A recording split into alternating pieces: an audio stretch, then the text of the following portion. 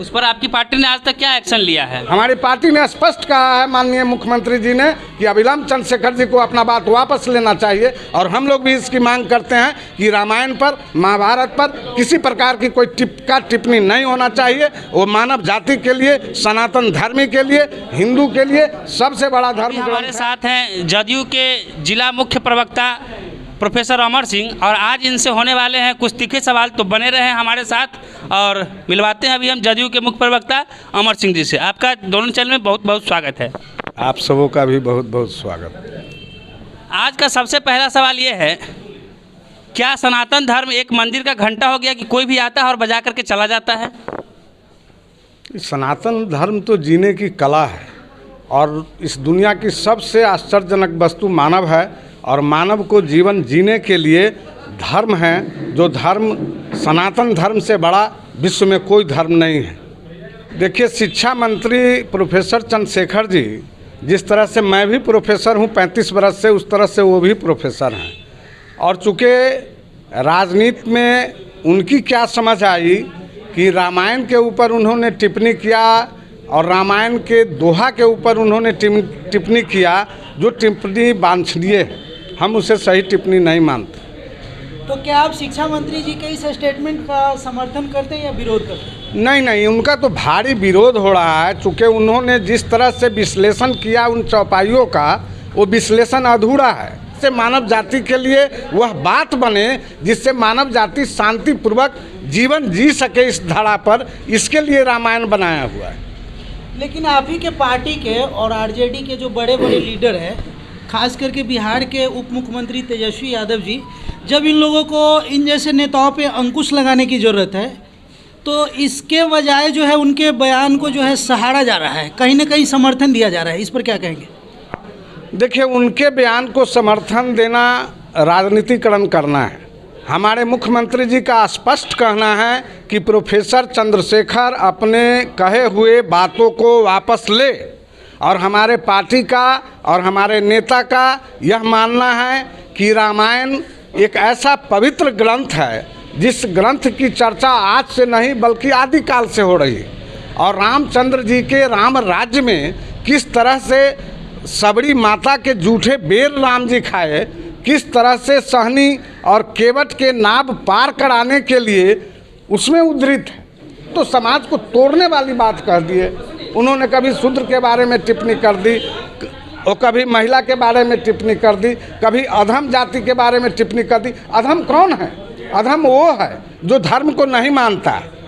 उस पर आपकी पार्टी ने आज तक क्या एक्शन लिया है? हमारी पार्टी ने स्पष्ट कहा है माननीय मुख्यमंत्री जी ने कि अविलंब चंद्रशेखर जी को अपना बात वापस लेना चाहिए, और हम लोग भी इसकी मांग करते हैं कि रामायण पर, महाभारत पर किसी प्रकार की कोई टिप्पणी नहीं होना चाहिए। वो मानव जाति के लिए, सनातन धर्म के लिए, हिंदू के लिए सबसे बड़ा धर्म ग्रंथ है, जिस पर आप लोग भी देखते होंगे कि न्यायालय में महाभारत और गीता को रख करके कसम दिलाई जाती है। क्या इस मानवता के इस कर्म को, जिससे जीवन जीने के लिए कला मानव ने लिया, उस कला को तोड़ना लोग चाह रहे हैं, जो अच्छी बात नहीं। तो चंद्रशेखर जी तो अभी भी अपने बयान पर अडिग है, वो कह रहे हैं कि मैंने कोई गलत नहीं कहा है। अब चंद्रशेखर जी को सपोर्ट, देखिए, राम राज्य में भी कुछ ऐसे लोग थे जो राजा रामचंद्र जी भी खुशी होकर नहीं इस लोक से उस पर लोग गए, तो ऐसे कुछ लोग हैं जो उनको समर्थन करते होंगे। लेकिन मुट्ठी भर लोग के समर्थन करने से और विरोध करने से कोई चीज़ टूट नहीं जाता, झुक नहीं जाता और समाप्त नहीं हो जाता। उसी तरह से गीता, रामायण, महाभारत किसी को टिक्का टिप्पणी करने से समाप्त नहीं हो जाएगा। रहा बात हमारे दल के लोग, हमारे नेता या और अन्य दल के लोग उन्हें समर्थन नहीं दे रहे हैं, और उनको अपनी बात वापस लेनी चाहिए और मुख्य धारा में आकर के सरकार का काम करना चाहिए। अगर वो नहीं करते हैं तो फिर आप क्या करेंगे? क्या उनके साथ बने रहेंगे? नहीं, वो तो आगे देखा जाएगा। अभी उन्होंने टिप्पणी कर दी जिस पर इतना छीछा लेदर हो रहा है, इसलिए उनकी अपनी समझ है, उस पर मैं क्या टिप्पणी करूं। उनको अपना बात वापस लेना चाहिए, इसकी मांग हम लोग करते हैं, हमारे नेता करते हैं। अगर वो अपनी बात को वापस नहीं लेते हैं, आपकी पार्टी ऐसे लोगों के साथ बनी रहेगी?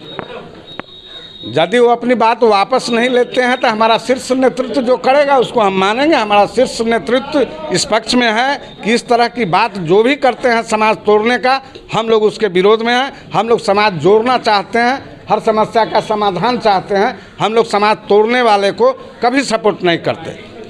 हिंदू धर्म को अब जातियों में भी बांटा जा रहा है, खास करके बिहार में, क्या कहें? देखिए यह एक बड़ा सवाल है आपका, इसमें अति संक्षिप्त उत्तर मैं नहीं दे सकता। जब वर्ण व्यवस्था यहाँ थी तो कर्म के अनुसार वर्ण को बांटा गया और उसी के अनुसार जाति को भी बांटा गया और वो एक तरह का एक्सपर्ट पैदा होते थे समाज में। आज हर जाति बिरादरी में उस तरह के एक्सपर्ट आ रहे हैं। जिस तरह का कोई लोहार है तो लोहा के काम बनाने में वो माहिर थे, कुम्हार है तो मिट्टी के बर्तन बनाने में माहिर थे, हजाम थे तो हजामत बनाने में माहिर थे। इसी तरह से बढ़ई है तो फर्नीचर बनाने में माहिर है।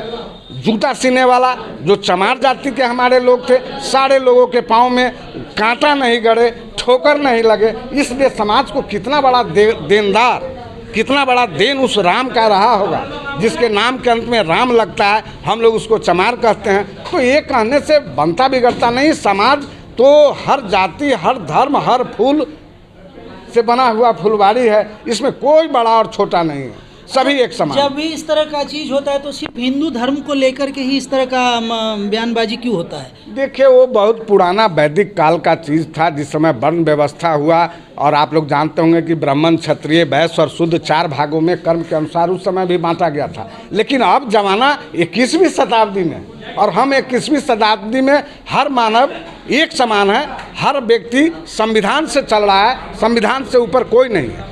क्या शिक्षा मंत्री जी कभी कुरान पे इस तरह का स्टेटमेंट दे सकते हैं? देखिए ये छोटी मुँह बड़ी बात होगी। मैं जहाँ तक समझता हूँ कि कुरान हो, बाइबिल हो या जैन का धर्मशास्त्र हो या बुद्ध का धर्मशास्त्र हो, उस पर कोई लोग नहीं बोलते। सबसे बड़ी आबादी और सबसे बड़ा व्यवहारिक जीवन जीने वाला यह सनातन धर्मी हिंदू है जिसमें सभी लोग हैं। इसलिए बहुत बड़ा धर्म है ये, इसलिए इसमें विरोध छोटा मोटा होता है तो कोई बात नहीं है। जो अमूर्त धारणाएं हैं, जो परंपरा है, जो गलत रीति रिवाज है, जिसमें समाज को जागरूक होकर के सुधार करना है, तो हमारे नेता जागरूकता चला रहे हैं। आप देखे होंगे कि जन सरोकार के कार्य हमारे पार्टी, हमारे नेता कर रहे हैं। चाहे बाल विवाह हो, दहेज मुक्ति हो, शराबबंदी हो, नीचे तबके के वंचित लोगों को उठाने के लिए जो भी संविधान में और जो भी सरकार हमारी नियम संहिता कानून बनाती है, वो सभी अंतिम से अंतिम व्यक्ति जो समाज का है उसके घर में दिया जले वो कैसे उठे, समभाव से काम हो रहा है और समता मूलक समाज का निर्माण करना ही हमारे नेता का काम। तो आखिर शिक्षा मंत्री जी को ये स्टेटमेंट देने की जरूरत क्या पड़ गई? ये तो शिक्षा मंत्री के अपने माथे की उपज है, लेकिन मैं जानता हूँ कि यदि वो शिक्षित हैं, गंवार तो है नहीं, चूँकि प्रोफेसर रह चुके हैं। मैं भी प्रोफेसर 35 वर्ष से हूँ, मेरे समकालीन ही रहे होंगे वो।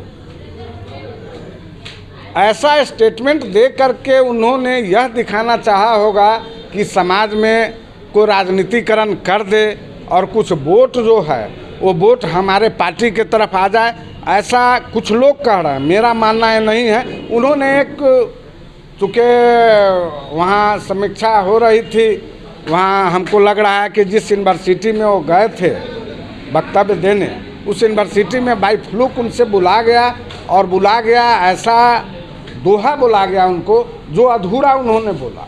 और पूरा बोलते हैं तो उसका अर्थ दूसरे तरह का हो जाता है और आधा बोलते हैं तो अर्थ दूसरे तरह का तिल से तार बन जाता है। ये समझ करके उनको नहीं बोलना चाहिए। कहीं ऐसा तो नहीं कि पिछड़ा अति पिछड़ा और महादलित का वोट तोड़ने का ये कोई राजनीतिकरण है? नहीं, अभी वैसा नहीं है। उनके पार्टी में भी उनके ऊपर लोगों की रंजिश है कि ऐसा कोई बात न बोले जिससे समाज टूटे और वोट बढ़ने के बदले घट जाए। बहुत लोगों का कहना है कि ये एक हिंदुओं के प्रति साजिश की जा रही है और साजिश के तहत जो है इस तरह का बयान दिया जा रहा है और हिंदुओं को तोड़ने की कोशिश है। देखिए, हिंदू को क्या तोड़िएगा, हिंदू टूटने वाला तो है नहीं। जब भी इस तरह की लहर अन्य पार्टी के लोगों ने बनाया, धार्मिक उन्माद जगाया, धर्म के आधार पर, मंदिर मस्जिद के आधार पर कुछ लोगों ने वोट ले लिया। हो सकता है इस कारण से वो बोल दिए हों कि हमें भी वोट बढ़ जाए, लेकिन क्या समझ के बोले यह तो मैं नहीं बता सकता। काफ़ी हिंदू समाज जो है आहत है इस बयान को लेकर के। ऐसा नहीं लग रहा है कि आने वाले समय में आपके पार्टी पे भी फर्क पड़ेगा इस चीज़ का? आहत हैं, इसीलिए तो हमारे नेता कहें जो उनको अपना बयान वापस लेना चाहिए और काम करने के लिए, विकास की गति को तेज करने के लिए उनको मुख्य धारा में आना चाहिए। तो ये थे हमारे साथ जदयू के जिला मुख्य प्रवक्ता प्रोफेसर अमर सिंह जी। इन्होंने अपनी सरकार की बातों को बखूबी रखा है और इन्होंने रामचरितमानस पे कहे गए चंद्रशेखर जी के बयान को भी काटा है। आप लोग क्या समझते हैं इस वीडियो से? अपनी कमेंट प्रतिक्रिया अपनी कमेंट बॉक्स में लिखें। फिलहाल के लिए बने रहे हमारे साथ। नमस्कार।